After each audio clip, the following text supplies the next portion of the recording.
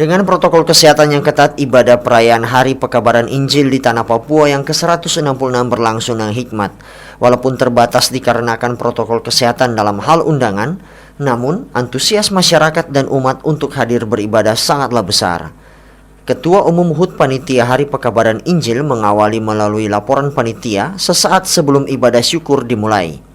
Irjen Pol Dr. Andas Paulus Waterpau mengucapkan terima kasih kepada seluruh tokoh agama yang ada di Tanah Papua karena selama ini telah bekerja sama dalam hal menjaga ketentraman dan kebersamaan di tengah-tengah keberagaman yang ada.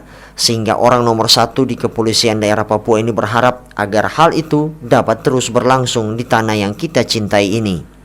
Mengawali sambutan ini, saya mengajak kita semua untuk memanjatkan puji dan syukur pada Tuhan Yesus Kristus karena kasih dan kuasa-Nya kita dapat terpanggil untuk mengikuti acara ibadah perayaan Pekabaran Injil ke-166 tahun di Provinsi Papua secara virtual mengangkat tema moderasi beragama dalam terang Injil. Hamba Tuhan Pendeta Roni Mandang MTH memberi siraman rohani saat ibadah puncak HUT HPI ke-166.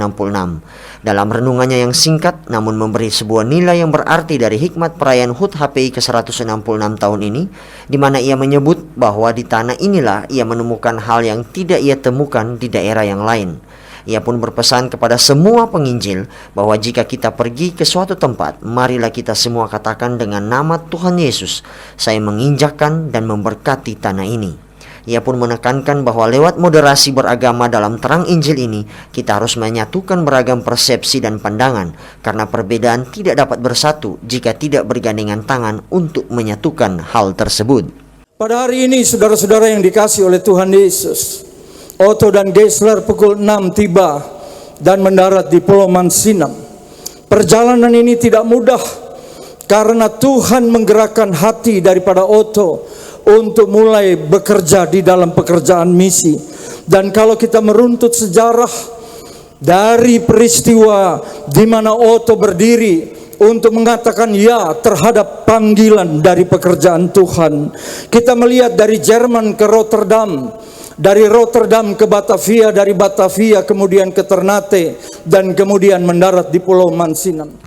Dan sebagai penutup, Ketua Forum Kerukunan Umat Beragama dan PGGP Provinsi Papua bersama seluruh hamba Tuhan dan didampingi Ketua Umum HUT HPI ke-166, Sekretaris Daerah Provinsi Papua, dan Ketua DPRP menutup ibadah dengan doa berkat.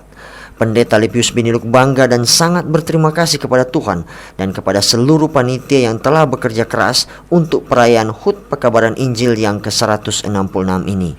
Pendeta Lipius Biniluk menekankan bahwa semua pimpinan di tanah Papua ini harus bersatu dan bersama-sama membangun Papua dalam terang Injil.